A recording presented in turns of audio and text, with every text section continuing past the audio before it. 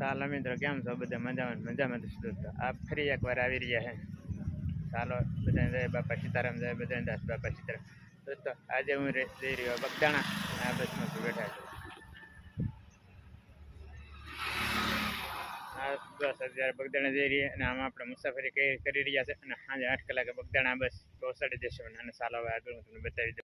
હા છે મિત્રો, બગદાણા બાપા સીતારામ.